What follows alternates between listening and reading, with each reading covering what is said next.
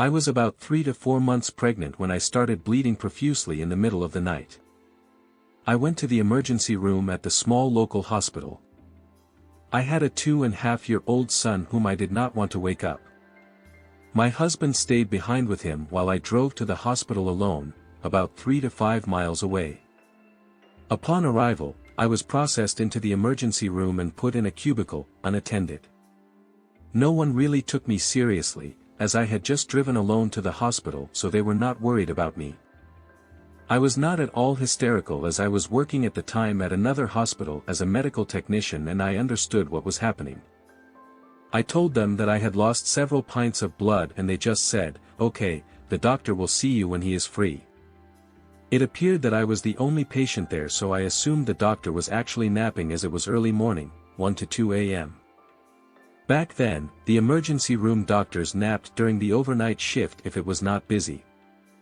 Meanwhile, on the gurney in the cubicle, while waiting to see the doctor, or anyone, I felt warm heat like that from a hair dryer, no noise, sweeping down my body repeatedly in just one direction only, from head to toe. It was like a massage, but only from head to toe, never from toe to head. I passed out, or snoozed off, a few times only to awake to the same experience. I felt like I was dying and was so relaxed that I did not care. The experience was soothing and pain-free. This seemed to continue for about 30 minutes or more. I could not advocate for myself, although often conscious. I just was at total peace and did not care. All of a sudden, I looked over to the ceiling corner of my curtained cubicle. There appeared in 3D color my beloved dad and brother Joe, both deceased. They were in the form of a hologram, transparent but vivid and pretty much life-size, maybe a bit smaller. They said nothing, showed no expression, and just looked down at me. Now I was really happy. In my mind, I would say they were there for minutes, but who knows? They dissolved into thin air. What seemed right after, the doctor came in to examine me but just yelled, "Emergency room stat." I guess he must have observed my color or perhaps bleeding.